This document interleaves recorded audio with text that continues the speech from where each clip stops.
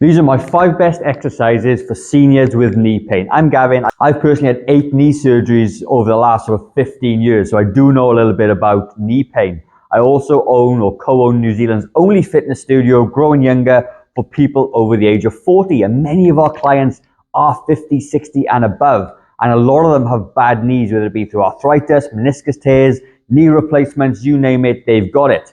And I want to share with you the 5 best exercises that we do to help our members get stronger knees. These are also the exercises I have done personally to rehab my own knee back. And I'm pretty sure if you stick with this plan for the next 21 days, you're going to see massive increases in knee strength and hopefully a little bit less pain.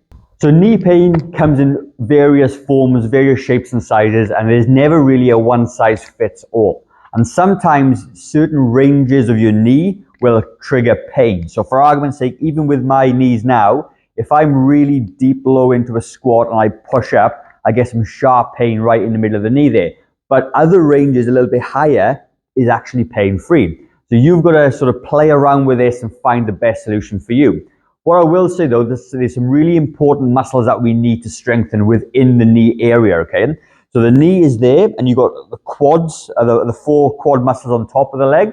You've also got the hamstrings at the back as well, which all support that knee. But one of the biggest muscles we need to work on is this. It's the vastus medialis, okay? And it is the teardrop muscle just on the front of the knee. And this muscle itself is responsible for keeping that knee nice and stable. So it's something we have to really, really work on. So the first exercise I want to share with you today, generally 90 to 95% of our members can do this pain-free, is called a wall sit. It is a static exercise, which means you can build up a lot of tension in the muscle to help it get stronger, help it to develop a little bit better. And because you're not bending the knee all the time, it actually doesn't cause pain when you're doing this kind of movement. So a static hold is generally really, really good. The way to do this exercise, you need a really stable wall behind you. And it's always a good idea to have a chair nearby or something that you can use for balance, okay? And what you're going to do is you're going to lean against the wall and you're going to step your legs out just a little bit. And the distance you want to step it away is that when you bend your knees, that your knees and your ankles are kind of stacked on top of each other. So you're not in nice close this way and you're not out wide this way. You're kind of at a 90-degree angle when you get down. There's varying levels of this exercise, okay? If you're not very strong or your knee's really painful, then you're gonna come down to about 45 degrees. This is gonna be okay, and literally you're gonna hang out. One thing I wanted to mention though is lift up your toes within your shoes. It's gonna put the weight back on the heel, and you're gonna get these quads to fire up a little bit better, okay? And you're gonna sit yourself up nice and tall, lean into the wall, and already at this height, I can feel my quads start to burn a little bit. And that's actually a good thing. So you want to be doing this exercise for about 30 to 45 seconds and build up in time as you go along. If you're stronger, you can come a little bit lower. 90 degrees is the sweet spot if you can tolerate it and your pain and the knees don't hurt. Like I said, for most people, this is very, very doable at certain height levels. And it's going to be a really fantastic exercise to build those quads up. So this is called the wall sit. And this should be the staple exercise that you do to really build those quad muscles up to support the knee joint itself. Now, the next exercise I'm going to share with you is called a calf raise. So the calves are the 2 muscles at the back of the leg. They're really important for walking, function, everything else. And if you can support those calves and strengthen those calves, you're going to support the knee in turn as well, so the joint isn't doing so much work. So what you're going to do, you're going to put your hands against the wall this way. You're going to grab your feet together about a fist width apart. That's a really nice way to do it, okay? You're going to lean on the wall and you're going to just lift up your calves as high as you can. And you're going to feel the squeeze in the calf muscle and you're going to gently lower them back down and come back up. You're not going to bounce this exercise. That's not good. It's very controlled, very slow. And you're really going to isolate those calf muscles in the back of your leg. And you want to be doing this again for about 30 to 45 seconds. I don't really want you counting reps. I want you to have the muscles under tension. And we know that between 40 seconds and a minute is a great amount of time for your muscles to be under tension to actually get stronger and grow. The next exercise that we've got is called a glute bridge march, okay? Now, the glutes are the biggest muscles in the body, very, very important. And a lot of people struggle to activate. Sometimes the glutes don't fire as well as they should. this exercise is going to absolutely get these to work. The other thing it's going to do is going to be a double whammy. It's going to work on your hamstrings. Your hamstrings come down and they tie into the back of the knee there. If you've got strong hamstrings, strong quads, strong glutes, your knees will be very, very much supported and hopefully relieve your pain. The way to do this exercise is that you're going to bend your knees about 2.5 fist widths apart, and you're going to lift up your hips nice and high to try and get a nice straight line. And then what you got, this is called a glute bridge. Then you're going to march it out like this, nice and slow and controlled. And what you're going to do this again for about 30 to 45 seconds. And when you do this exercise, you're going to feel those hamstrings start to work, the glute starts to work.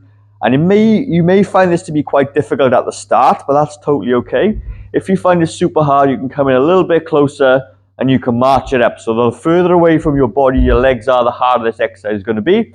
And again, like I said, do this for about 30 to 45 seconds, and that'll be a great start. The next exercise that we have is called a leg lift, okay? Now, again, we're going to try and isolate that quad muscle, which is in the front, the VMO, which is the front of the leg there. And a really good way to do that is to do leg lifts, okay? There's lots of ways to do it. I find sitting up against the wall is a fantastic way to do it. You can do this in bed even, actually. And what you're going to do, you're going to tilt a toe out to about, I don't know, 2 o'clock or 10, number 2 on the clock face. And what that's going to do is it's going to push the quad to the top. And if the muscle is on top, it means it's going to be working a little bit harder under gravity. Therefore, you're going to activate the muscle more.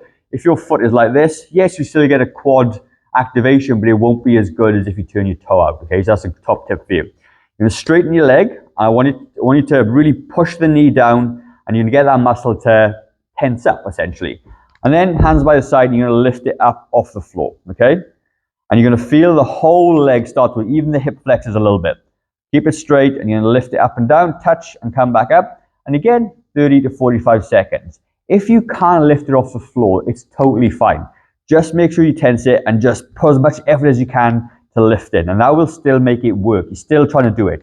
And the stronger you get, the higher you'll be able to lift. And you'll know when this is working because you'll absolutely feel it. Okay, so the leg lift is super important to do that way. And then once you do one side, do the other. Very hard to do both, okay? So the last exercise I want to share with you is probably the gold standard in terms of building up the quad strength. It's very, very low impact. That is good for pretty much everybody, and that is cycling. So I wouldn't recommend if you're, not very confident going on the road and cycling because there's lots of dangers attached to that. But if you've got a stationary bike or you go to a gym with a stationary bike, this is going to be one of the best things that you can do.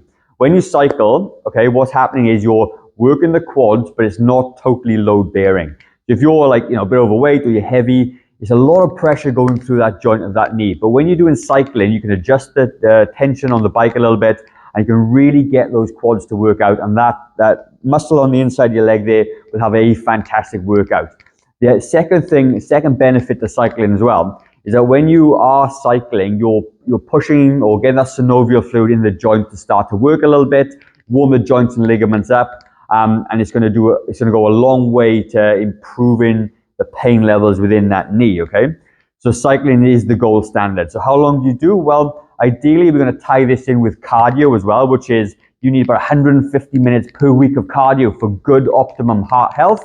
We're going to try and do about 150 minutes per week, which is about 20 minutes per day. If you did that, you'll be leaps and bounds ahead in terms of quad strength, hopefully decrease pain, and obviously, better fitness level, better heart health, all the things that go hand in hand with it as well, all right? So there are my 5 exercises for seniors who have bad knees. Hopefully they help. Do understand though that this program is not a one size fits all. And if you do have any personal recommendations, you do need to speak to a professional about that. I'm going to link up another video to getting stronger knees as well, and I'm going to leave it up to the corner. You can check that one out. But otherwise, leave a comment down below. Let me know how you're getting on the exercises. And I would love to see you. I would love to see you be successful with strengthening your knees. And like I said, give this 21 days. I'm pretty sure you'll see some remarkable results as well. Have a fantastic day, team, and I'll see you on the next video.